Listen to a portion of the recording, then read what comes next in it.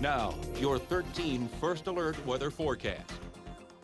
Welcome back. Attention continues to be focused on a winter storm that will likely impact the region at the start of this weekend. And while there still is some details to iron out yet, here's a look at what we know so far. That snow is expected to move in just before daybreak on Saturday and continue during the daylight hours. That is going to contain periods of moderate to even heavy snow. And by the time it's all said and done Saturday evening, we are looking at several inches of accumulation. Now, given the impacts that we're currently expecting and the increasing confidence of higher totals, the National Weather Service has issued a winter storm watch for counties along and north of I-90. This is going to start at midnight Saturday night, continuing through 6 o'clock Saturday evening. Now, the amounts are still a little bit iffy right now, but if I had to put totals down today, somewhere within this watch, we are looking at a swath of 4 to 8 inches of accumulation. Don't quote me on that because things can certainly change here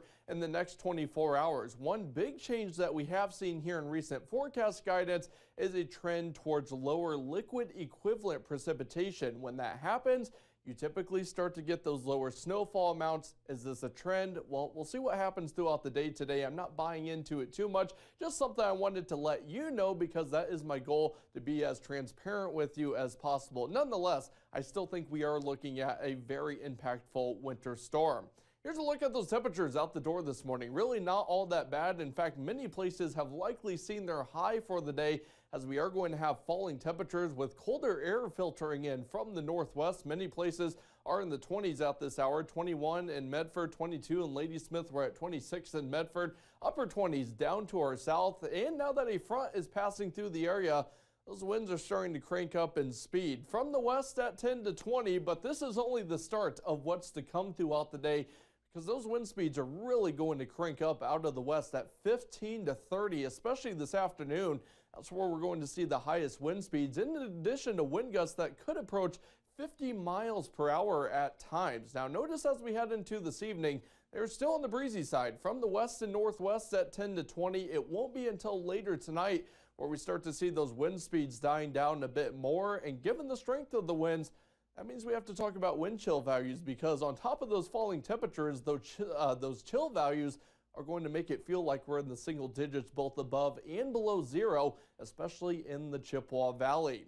Otherwise, we do have cloud cover starting out our Thursday. Any lingering precipitation now starting to taper off, even some clearing behind the front, which means we are looking at some sunshine throughout the day today that is still going to mix with clouds at times.